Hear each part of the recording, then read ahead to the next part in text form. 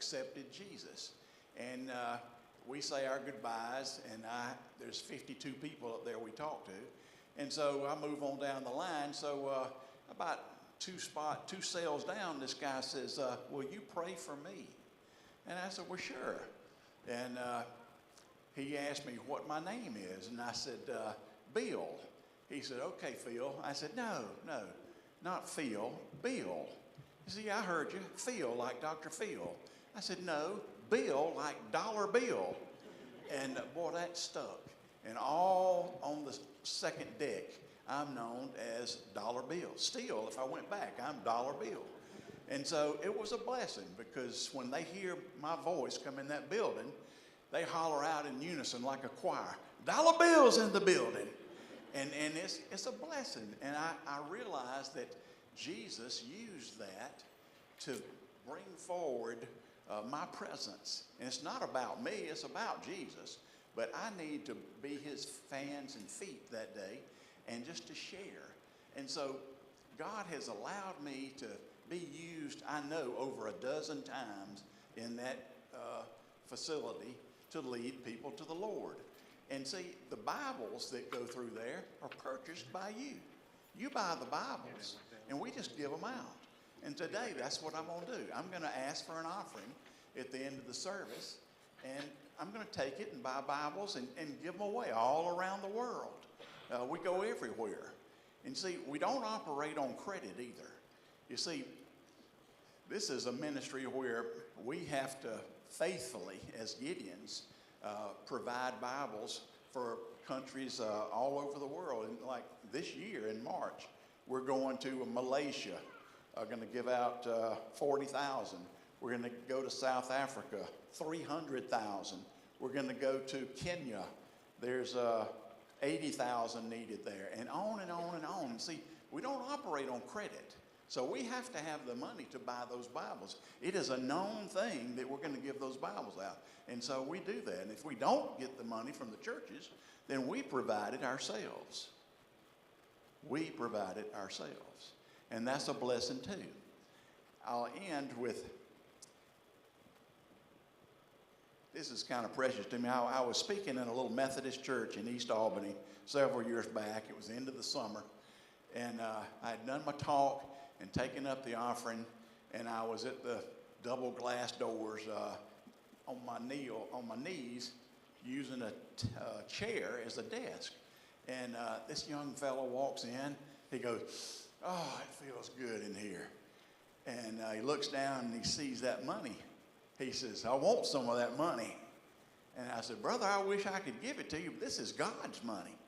It's God's money. What's God need money for? I said, well, God paid for that money paid for the air conditioning you just felt, paid for the carpet, paid for the pews, paid for this church.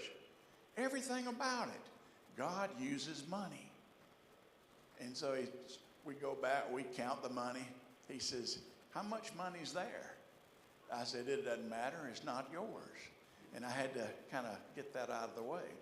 So anyway, his name is Tullis, I find out. And I said, Tullis, where you live? I said, you live around here? He said, yeah, my mama's got a house in the back there in the neighborhood, but her boyfriend's home, and he won't let me stay in the house when he's home. So I slept in your bushes last night. I said, wow. I said, I noticed the azalea leaves in your hair. And said, what do you do when her boyfriend leaves? I get to go home. I said, okay. You ever know anything about Jesus Christ? No. So I tried and tried, but we didn't get the Jesus contract. So he left. He went out the double doors. I went back down to the platform, gave the receipt, pastor, walked out the side door to my truck in the parking lot. And somewhere between the time that, let me get my pocket out here, that Tullis found a dollar bill. He found this dollar bill. This is Tullis's dollar. And he came running at me. He said, I want to buy Bibles. I want to buy Bibles. And he's waving this dollar at me. And I said, Tullis, I said, we were next to Hardee's. I said, go over here and get you a breakfast biscuit or something. I want to buy Bibles. And so he says, here it is. And so God will honor that to us. Thank you so much. And I said, can I hug you? And he says, I stink. I said, I don't care. That's what dry cleaners are for. And said, you know, I'm going to use this dollar to encourage churches just like this one to give.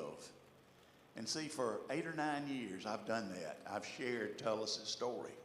Now, Tullis is a little simple-minded fella, and he doesn't have a lot going on, just sleeping in bushes and sleeping, and he probably has to dig through trash cans for food. But regardless, I think now that what he's done for the Lord, I know that God looks over him. He might not have made a profession for faith, but see, he loves to buy Bibles. I've seen him on the streets in Albany, and I've stopped and talked to him. He says, hey, I remember you. I said, yeah, we've prayed together. And so anyway, what I want to do, church, is just challenge you the way that Tullis